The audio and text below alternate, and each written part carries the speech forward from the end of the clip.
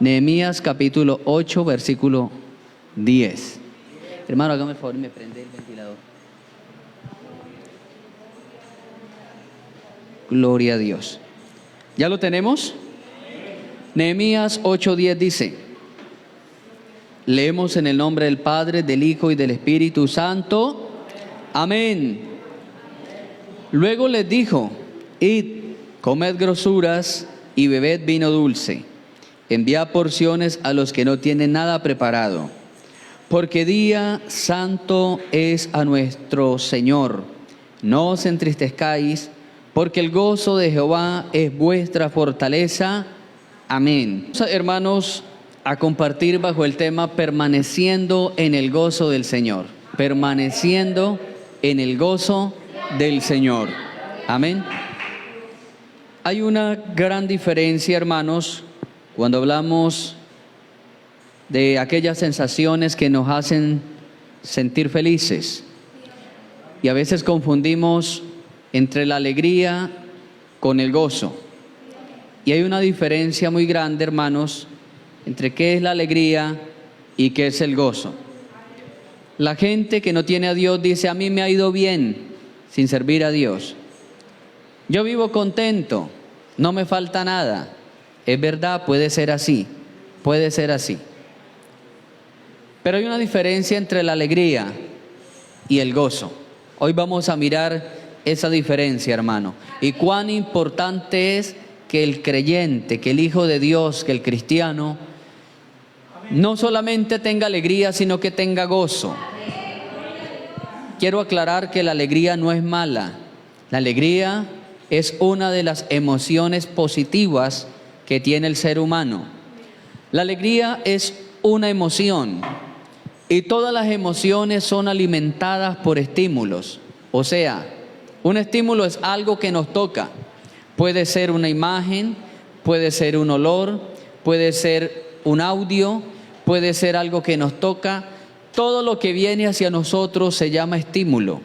Y algunos estímulos nos producen alegría. Pero como las emociones son pasajeras, son momentáneas, la alegría puede ser momentánea. En algunas ocasiones la alegría puede ser minutos, puede ser horas, puede ser semanas, puede ser meses, pero va a terminar, porque esas son las emociones, son momentáneas. Esa es la alegría. La alegría es una emoción. Luego, cuando hablamos del gozo, vamos a hablar que el gozo no es una emoción. El gozo que habla la Biblia es un fruto del Espíritu Santo. Es el segundo fruto.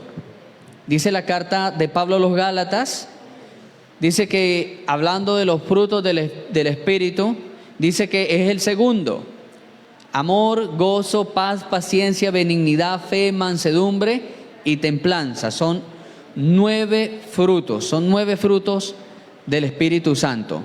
Y estaba ubicado el gozo en el segundo: amor, gozo. Parece ser, hermano, que dentro de esos frutos fueron ubicados como lo más importante, desde lo más importantes hasta los que son un poco menos indispensables, desde el más prioritario hasta el menos indispensable. El prioritario, que es el amor, está ahí ubicado. Acuérdese que Pablo dijo que podremos entregar nuestro cuerpo a ser quemado en la hoguera, que podemos dar todos nuestros bienes a los pobres, que podemos cantar y gritar, pero si no tenemos amor, dice que nada sirve, nada sirve. El principal fruto que debe tener el cristiano es el amor. Por eso Pablo, inspirado por el Espíritu Santo, lo escalafona. Hablando de los frutos del Espíritu Santo, dice que el primero es el amor, pero el segundo fruto más importante para el cristiano es gozo. El gozo. El gozo. Pablo a los tesalonicenses, la primera carta de Pablo a los tesalonicenses, capítulo 5, versículo 16, dice: estad siempre gozosos. Es un versículo. Estad siempre gozosos. Un versículo compuesto por 3 palabras. Estad siempre gozosos. Dígale al hermano que tiene al lado, hermano, estad siempre gozoso.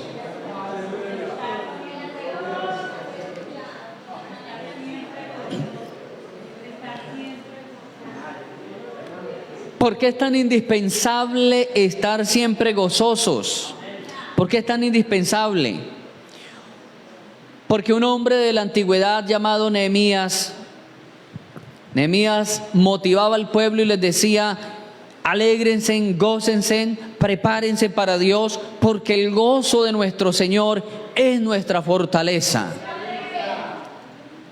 Oiga esto, cuando Nehemías llegó a dirigir al pueblo, Nehemías hizo una construcción, hizo una obra maestra, una obra tremenda, porque Nehemías llegó a restaurar los muros de Jerusalén. Todas las ciudades de la vida antigua debían tener una fortaleza, una muralla, y sobre la muralla habían garitas donde estaban los atalayas, y no solamente los atalayas, sino los que tenían arcos, flechas, los que estaban dispuestos a defender la ciudad. La muralla era la defensa de la ciudad. No habían derechos humanos. Por tanto, el que quería adueñarse de una ciudad sencillamente la invadía y la conquistaba. Entonces, las murallas, los muros, eran de suprema y vital importancia para la supervivencia de las ciudades. Nehemías construyó los muros o reconstruyó los muros de Jerusalén. Dice la Escritura que en 52 días, tiempo récord, algo impresionante. Dice la Biblia que unos tenían en sus manos la espada y con la otra mano trabajaban, y que muchas veces se turnaban, unos trabajaban y otros estaban con las espadas y con las lanzas. Trabajaron de día y de noche, lograron reconstruir los muros, pero esos muros no era la fortaleza del alma de ellos. Nehemías le dijo: el gozo del Señor nuestra fortaleza es. Le está abriendo un panorama que más importante que los muros que estaban construyendo era el gozo del Señor. Nehemías trabajó en un tiempo donde habían llegado de Babilonia, donde había un atraso de más de 70 años. La ciudad estaba asolada, arruinada desde hacía más de 70 años. Imaginémonos si este parque, aquí al frente de esta iglesia, si este parque se dejara 70 años sin deshiervar, sin administrar, ¿cómo encontraríamos en 70 años este parque? Una montaña, una casa, 70 años sola. Ya no la vamos a encontrar, la vamos a encontrar caída, un montón de escombros. Así estaba Jerusalén, especialmente el templo. Los lugares de adoración estaban destruidos. Y entonces pareciera que no había motivo de gozo. Pareciera que el pueblo no tenía alabanza en sus labios. Tanto que el caudillo Nehemías tuvo que darles una inyección de ánimo y decirles: comamos, bebamos y démosle la cabida al Señor para que Él nos llene de su gozo, porque el gozo del Señor nuestra fortaleza es. O sea, quiso decirles: los muros son importantes, son la fortaleza de la ciudad, pero la fortaleza de nosotros como pueblo se llama el gozo del Señor. La Biblia dice que en la presencia de Dios hay plenitud de gozo. ¿Por qué tiende a opacarse el gozo de la vida del cristiano? Porque nos distanciamos de la presencia de Dios. Porque vamos dándole cabida a cosas materiales. Porque vamos cediéndole terreno a lo material y vamos descuidando la presencia de Dios. Al punto que el gozo se va viendo opacado. Eso dice el salmista. El salmista dice que en la presencia de Dios hay plenitud, y la palabra plenitud es algo que está completo, algo que está lleno, algo que llegó al tope, está en lo pleno, en lo máximo, no hay más que echarle. Plenitud es eso, está pleno. En la presencia del Señor hay plenitud, plenitud de gozo. Al inicio les decía, hermanos, que la alegría es una emoción y la emoción se puede comparar como los eventos exógenos. Un evento exógeno es algo que pasa afuera, algo que está pasando afuera. Por ejemplo, tal vez mucha gente corre y salta y son eventos exógenos que están allá afuera. Nosotros estamos en otro tema, nosotros estamos en otra actividad. Y una alegría es algo exógeno que de afuera que viene y toca el alma y el alma se alegra por un rato. Pero eso pasa y ya quedamos otra vez vacíos. El gozo no es algo exógeno, sino algo endógeno, algo que sale de adentro hacia afuera. ¿Por qué de adentro? Porque el Señor habita en nuestro corazón, porque el Señor habita dentro de nuestro espíritu. Y entonces cuando el Señor está dentro de nosotros, ocurre lo que dice Juan en su evangelio. Juan en su evangelio dice: el que cree en mí, como dice la Escritura, de su interior correrán ríos de agua viva. El Señor promete ríos. Y dentro de esos ríos está el gozo. Los ríos del gozo que no nos dejan apartarnos de Dios. Los ríos de gozo que nos dejan tener esperanza en nuestro Salvador. Cuando nosotros vamos al libro de Habacuc, allí hay un ejemplo muy claro, hermanos, que es el gozo. Habacuc capítulo 3, versículo 15.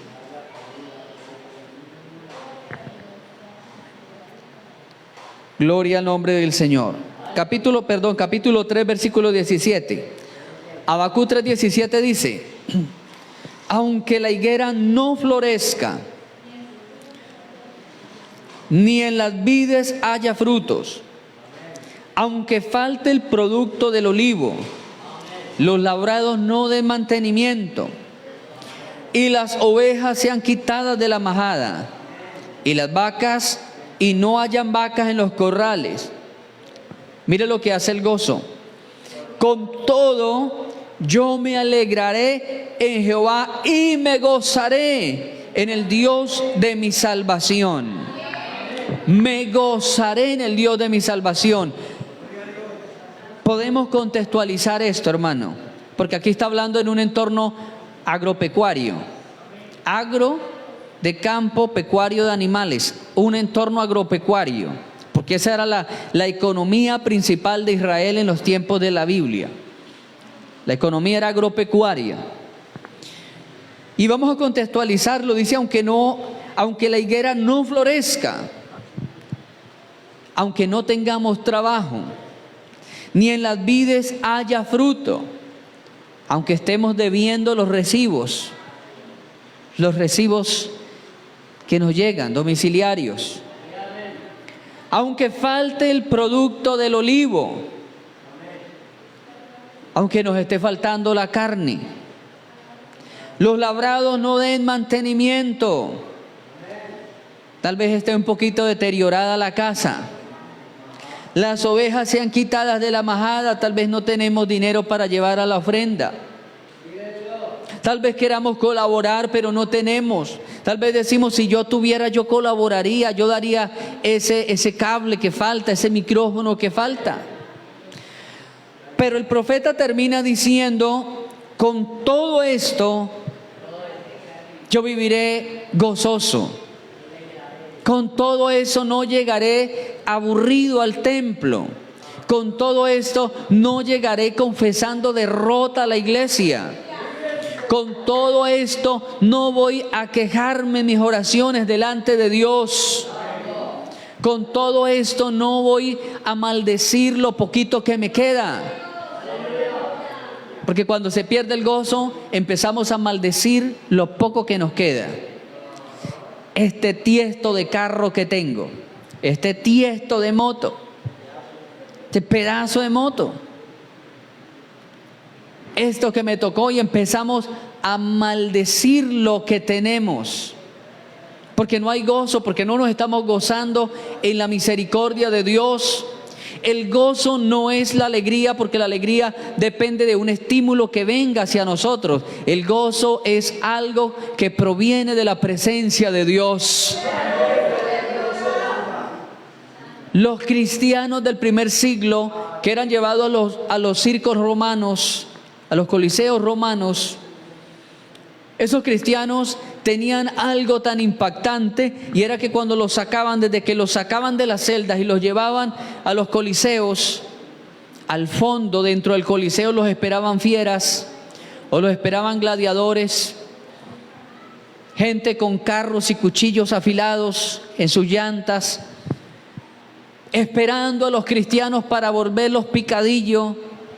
Se dice que todos salían cantando coros de alabanza, himnos de alabanza.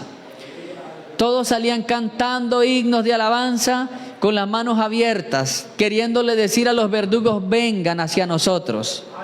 Vengan, aquí estamos, listos, preparados para recibir nuestra muerte. Gozosos, no entraban maldiciendo ni diciendo: por culpa de este evangelio tengo que morir joven. Por culpa de este evangelio mis niños van a morir. Nada de eso, amado hermano. Menos decían: por culpa de Dios. Entraban contentos, felices. Y saben, hermanos, que los soldados romanos que mataban a esos cristianos, ellos quedaban asombrados, los mataban, y muchos de esos soldados a la semana siguiente los estaban matando a ellos también. Porque ellos empezaban a indagar: ¿qué tienen esos evangélicos? ¿Qué tienen esos cristianos que aun cuando los estamos matando son alegres, felices?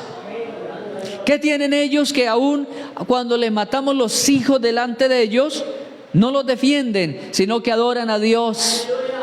Sus rostros no son rostros de personas amargadas. Sus rostros no son de personas maldicientes. Sus rostros son de personas que les brilla una alegría maravillosa en su ser. Y esos verdugos, muchos de ellos murieron a la semana siguiente, porque empezaban a indagar y se iban y le preguntaban a los cristianos que quedaban en la cárcel, que quedaban vivos. Y entonces ellos les daban la fórmula y les decía: es que cuando uno acepta a Cristo, Cristo llena el corazón. Es que cuando uno acepta al Señor, el Señor le transforma, y ya la vida no la vemos desde el mismo punto de vista que la gente normal. Y muchos de ellos decían: yo quiero también recibir de ese gozo. Y a la semana siguiente ellos eran los que estaban siendo devorados por las fieras o siendo partidos con los cuchillos que le amarraban a los carros romanos. El gozo del Señor debe contagiar a este mundo, hermano. Si los cristianos vamos a vivir igual de amargados a la gente que no tiene a Dios, estamos, hermano, perdidos. Nuestra lámpara no está alumbrando. Somos sal, pero dentro de un salero. Y mientras que la sal no salga de ese salero, la sal no puede impactar, la sal no puede hacer nada. Usted puede tomarse un caldo, una sopa totalmente insípida, teniendo la sal ahí, y un frasco, un salero totalmente lleno. Pero si usted no se le ocurre tomar el salero, abrir la boquilla y empezar a rociar la sal, aunque esté muy cerquita de su plato, esa sal no va a contagiar la insipidez del plato. La sal debe salir del salero para que empiece a tener un efecto. El efecto de sazón, el efecto de conservación que está dentro de la sal. La sal tiene, hermano, un efecto de conservación precioso, tremendo. A muchos alimentos usted le agrega sal y la sal le conserva. Aún los cítricos, usted va a guardar algo cítrico en la nevera y para que no se le ponga amargo, agréguele sal y le va a ayudar. Mire, amado hermano, que Habacuc aprendió el secreto para mantenerse firme. ¿Cuál fue? Aprender a gozarse en Dios cualquiera que sea su situación. Ese es el secreto que nos va a mantener sólidos hasta cuando el Señor venga o llame por nosotros. El secreto de mantenernos sólidos no es muchas veces ni cuánto usted dure de rodillas. Porque hay personas que duran de rodillas días, semanas, pero su corazón está amargado. Hay necesidad, hermano, de orar, por supuesto. Hay necesidad de ayunar, por supuesto. Pero a más de eso, permitamos que nos invada el gozo del Señor. Pídale, amado hermano, y pidámosle. Porque, hermanos, si hay algo hermoso es ver a una persona gozosa. Algo bonito, hermano, algo que contagia, es usted darle la mano a un creyente y que ese creyente tenga gozo. Usted le mire ese rostro transformado por el gozo del Espíritu. Si hay algo hermoso es usted saludar a una persona gozosa. Le cambia el panorama a usted. Con tan solo mirar usted a una persona gozosa y que esa persona lo mire a los ojos y le diga: mi hermano, mi hermana, Dios le bendiga. Así no le diga nada más. El gozo que hay en el corazón irradia, se siente, se percibe. Se percibe el gozo. Cuando hay un cristiano contento, gozoso en el Señor, se percibe. Y eso, hermano, y eso hace que la persona les agrade hablar con esa persona que es gozosa. La gente le agrada, pero cuando hay amargura, cuando hay raíz de amargura, porque Hebreos dice que hay una raíz de amargura que daña para salvación. Lo contrario al gozo es la amargura. Recién llegué la semana que yo llegué acá a la iglesia, estábamos en un ayuno con algunos hermanos.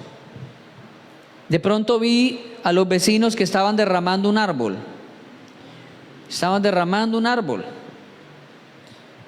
Y entonces saqué el espacio de tiempo, les ayudé a derramar el árbol y les dije: ¿por qué tumban el árbol? ¿Por qué lo están podando? Pastor, mire cómo está dañando el parque, cómo está quebrando la placa, cómo está quebrando ya el muro.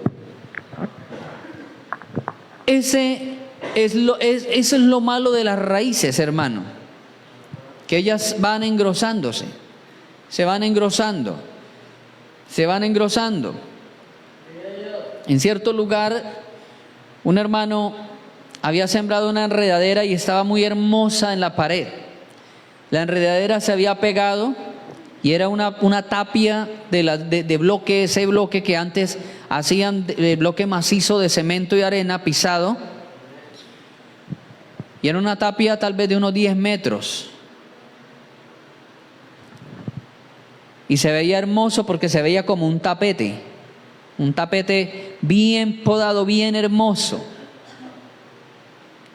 Dentro se veía hermoso. O sea, dentro del predio del hermano se veía hermoso, pero un día un hermano le dijo: hermano, mire que sería bueno que esa mata la fuera erradicando porque ella está muy bonita, pero debe tener cantidades de raíces dentro de la tapia. Ella se está alimentando de la tapia, del agua, está prendida ahí. Y el hermano dijo: no, hermano, si ese es el lujo del patio, todos los que vienen elogian lo hermoso que está esa enredadera. Viene la gente y cuando celebramos cumpleaños ahí es donde decoramos. Y la gente viene y se toma fotos porque realmente parecía algo artificial. Un prado hermoso. Pero sucedió que en un tiempo de invierno la tapia se cargó de agua y el peso no la volteó hacia adentro del dueño, sino que fue hacia adentro del predio ajeno. Y hubieron grandes destrozos, grandes daños. Porque hay raíces, hermano, que van raíces que van entrando. Y la raíz va engrosando y va quebrando las estructuras. Van dañando las estructuras. Las raíces tienen un poder destructivo tremendo. Mire usted cuando nace el embrión del coco, de la fruta del coco. Yo he destapado cocos que ya tienen el embrión y yo tomo esa pequeña palmita que parece un hongo de color blanco, ya tiene la raíz, y yo he tomado esa raíz y la he doblado y esa raíz se quiebra tan fácil porque son de gruesas como un cabello. Pero yo la doblo y se parte de inmediato. Y yo digo, ¿cómo algo tan frágil tiene el poder de romper esa caparazón del coco que es tan fina? ¿Cómo hace esa raíz tan débil para quebrar esa caparazón? Así son las raíces del alma, las raíces de amargura. Parecen inofensivas y parecen que no nos fueran a destruir, pero ellas se van fortaleciendo poco a poco. Van entrando a lo profundo de las áreas del ser humano y van envolviendo, empiezan a envolver las motivaciones, envuelven la razón, envuelven la conciencia. Nos van quitando áreas y echan a perder el gozo del corazón del cristiano. Habacuc descubrió cuán importante era tener gozo porque él estaba pasando por un momento tremendo económico. Israel estaba pasando por un momento difícil. Normalmente los momentos difíciles que vivía Israel se debían a la maldad de los que lo dirigían. La maldad de las naciones, los juicios sobre las naciones siempre vienen por quienes la gobiernan. De ahí que es tan importante orar por nuestros gobernantes. Porque uno mira la Biblia y la Biblia nos muestra que la maldad sobre las naciones vienen de parte de los que la gobiernan. Cuando estaba Habacuc, había un momento difícil, todo apunta que era un momento de verano, un momento de escasez. Y empezó a agotarse los productos que servían para la alimentación de ellos.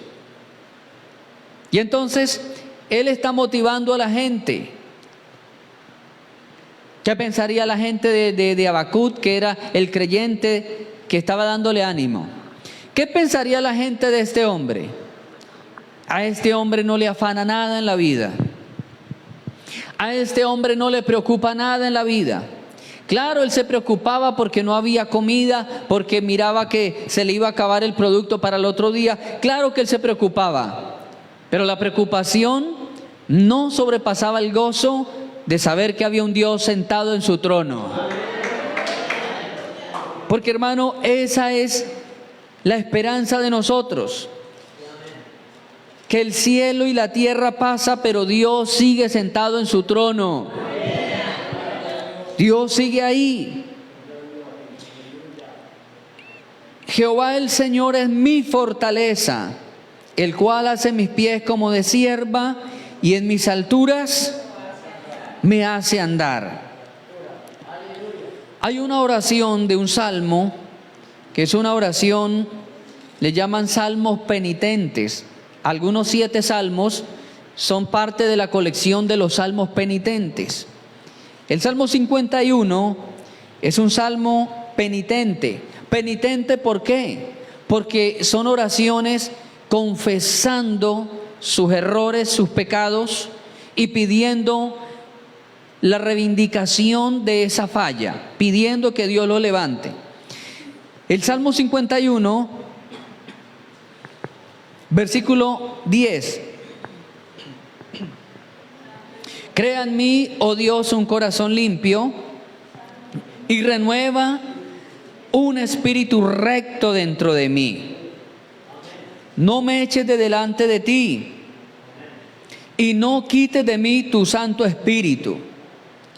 Vuélveme el gozo de tu salvación y espíritu noble me sostente.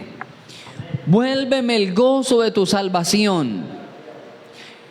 ¿Han oído ustedes hablar del primer amor?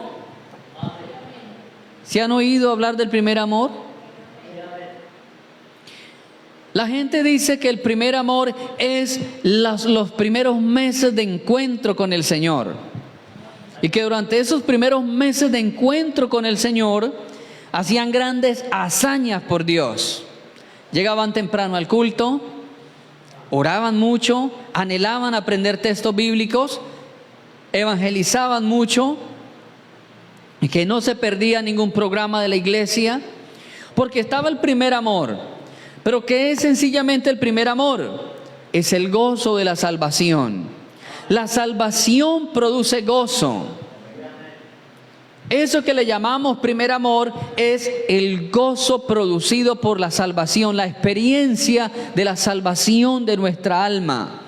La transición de ser malvados a ser justos se llama justificación. El proceso de salir del reino de las tinieblas al reino de la luz. Trae gozo, amado hermano, libertad de espíritu. El Señor trae libertad de espíritu. Nuestra vida es libre. Rotas son las cadenas que ataban nuestra alma. Pero cuando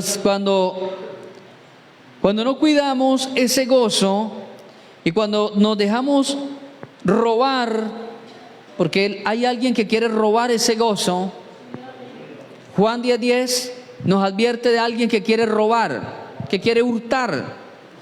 Juan 10:10 dice que el ladrón vino para hurtar, para matar, para destruir. Él está hurtando al cristiano el gozo. Satanás le está hurtando a usted. Le está presentando todas las imposibilidades de la vida. Le está presentando todos los errores del pastor. Le está presentando todos los errores de la iglesia, todos los errores del hermano, de la pastora, del ujier, del líder, del diácono, para que usted se desanime, para que usted diga, si eso es así, yo no vuelvo allá a esa iglesia. Si eso es así, yo no vuelvo a perseverar en el evangelio, porque él está presentando un panorama de errores.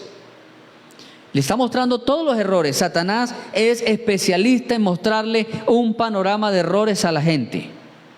Todos los errores él se los muestra. Satanás nunca le va a decir, mire la fortaleza del diácono, mire lo bonito que es la hermana en su interior, en su alma, mire cómo es esa hermana de íntegra.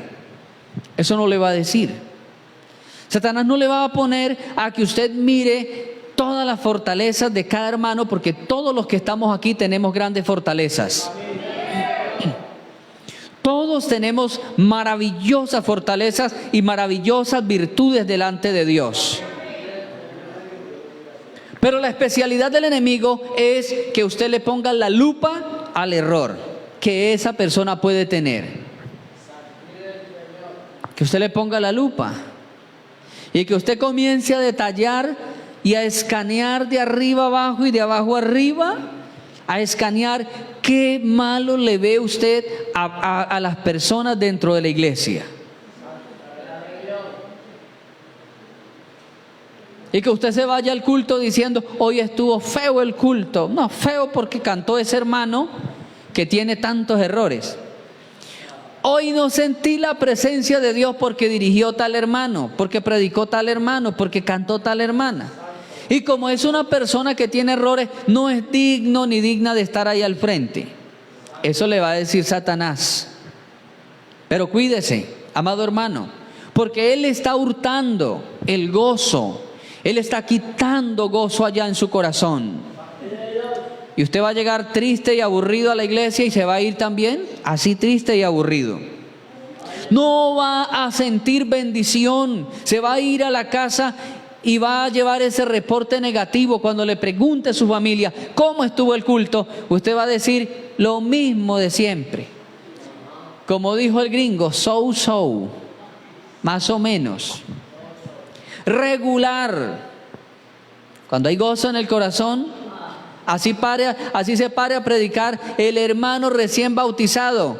Se pare a predicar y predique 2 o 3 palabras, usted va a ir contento. ¿Cómo estuvo, amor, el culto? ¿Cómo estuvo? Hermoso, glorioso. Porque estuvo el Señor en medio de nosotros. Porque el Señor estuvo en la alabanza. Porque Dios usó al hermanito recién convertido. Lo usó para hablar 3 palabras, pero esas 3 palabras fueron de bendición. Gócese, amado hermano, en todo lo que Dios nos provee a nosotros. Alégrese con lo que Dios le ha dado.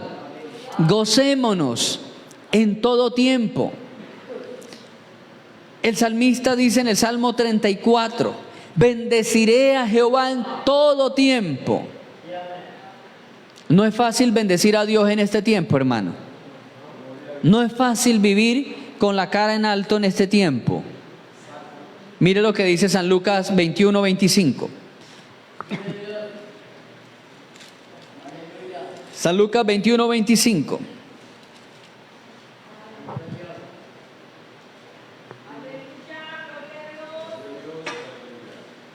Entonces habrán señales en el sol, en la luna y en las estrellas, y en la tierra habrá angustias de la gente, confundidas a causa del mar y de las olas, desfalleciendo los hombres por el temor y por la expectación de las cosas que sobrevendrán en la tierra, porque las potencias de los cielos serán conmovidas. Gloria al nombre del Señor. Entonces dice, entonces verán al Hijo del Hombre que vendrá en una nube con poder y gran gloria. Y cuando estas cosas comiencen a suceder, ¿qué tiene que hacer el pueblo de Dios? Erguíos, o sea, enderezarse, enderezcase. Estar erguido es estar derecho.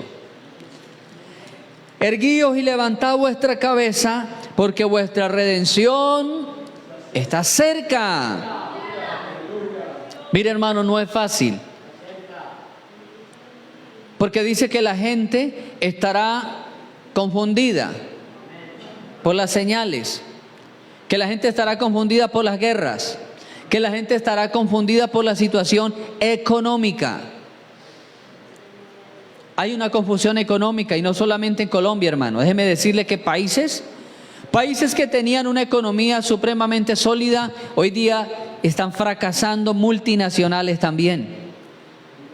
Gente desempleada. Y entonces habrá gente confundida por los problemas climatológicos.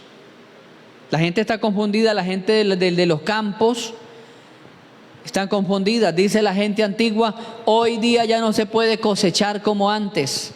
Antes se preparaba los terrenos para sembrar en un mes y se sabía que se volvía a recolectar en cierto mes porque había tiempo de verano, tiempo especial para recolectar. Pero hoy día los veranos han invadido los meses de lluvia y las lluvias han invadido los meses de verano. No se puede confiar hoy en los climas. Mi amado hermano, la gente estará confundida. Dice, y van a desfallecer los hombres por el temor y la expectación de las cosas que sobrevendrán en la tierra. ¿Cuánta gente desfalleciendo? ¿Cuánta gente diciendo, ¿para qué trabajamos? ¿Para qué capitalizamos? ¿Para qué trabajar? ¿Para qué ahorrar? Si mire cómo está el gobierno, mire cómo está la situación mundial, mire cómo está esto, mire cómo está lo otro. Gente que ya desfalleció su espíritu. Gente que ya no quiere luchar, gente que escasamente está en las necesidades básicas del hombre. Comer, beber, dormir, pero no está haciendo nada más porque su espíritu desfalleció. Pero para la iglesia hay un comportamiento distinto, porque la Biblia dice, y cuando ustedes vean que todas estas cosas comienzan a suceder, ustedes erguíos, o sea, enderezcanse. Enderezcanse, primeramente en la faceta espiritual. El que está torcido delante de Dios, enderezcase. Pero también nos habla de la ergonomía, de la posición corporal. Porque algunos andan tan tristes que, hermano, desde lejos se ve la desmotivación. Sí, hermano, mire, está comprobado no solamente por encuestas, está comprobado por experimentos psicosociales que una persona de hombros caídos, de columna jibada, de mirada hacia el piso, no está adecuado ni está preparado para emprender grandes proyectos. Está comprobado que la ergonomía corporal tiene su tendencia también al progreso. Por algo la Biblia dice, erguíos, o sea, enderezcanse, caminen derecho. Vuelvo y repito, la faceta espiritual, pero también la faceta física, la ergonomía, la postura corporal, estén derechos. Levanten su cabeza. Ustedes no pueden andar haciendo una raya en el piso con la nariz, como decía alguien, haciendo como si estuviera haciendo un curso para volverse elefante, una trompa larga toda hora. Erguíos, levantad vuestra cabeza, porque vuestra redención está cerca. Pensé que se iba a gozar por eso, hermano. Nuestra redención está cerca. Aleluya. Oiga esto, amada iglesia. El pueblo de Dios no tiene por qué andar arreglando la maleta hoy. El pueblo de Dios debe andar y ya tener la maleta lista. Nuestra maleta tiene que estar lista, amado hermano. Yo le contaba a algunos hermanos ayer que había quedado sorprendido con la noticia de una hermana que falleció en el primer pueblo donde nosotros estuvimos. Quedaba sorprendido porque es una hermana que estaba joven todavía, estaba joven. Y de pronto hablo con un sobrino de ella y él me cuenta, mi tía estaba supremamente bien. El día domingo estaba regando con una manguera, estaba aplicándole agua al jardín y estaba hablando con el esposo le estaba ayudando a ubicar unas materas, ella aplicándole agua al jardín y al prado de la casa, cuando se desplomó y no hubo un grito, una queja, no hubo, sencillamente se desplomó y en el momento que se desplomó ya estaba en el otro lado, ya estaba muerta. Paro cardíaco fulminante.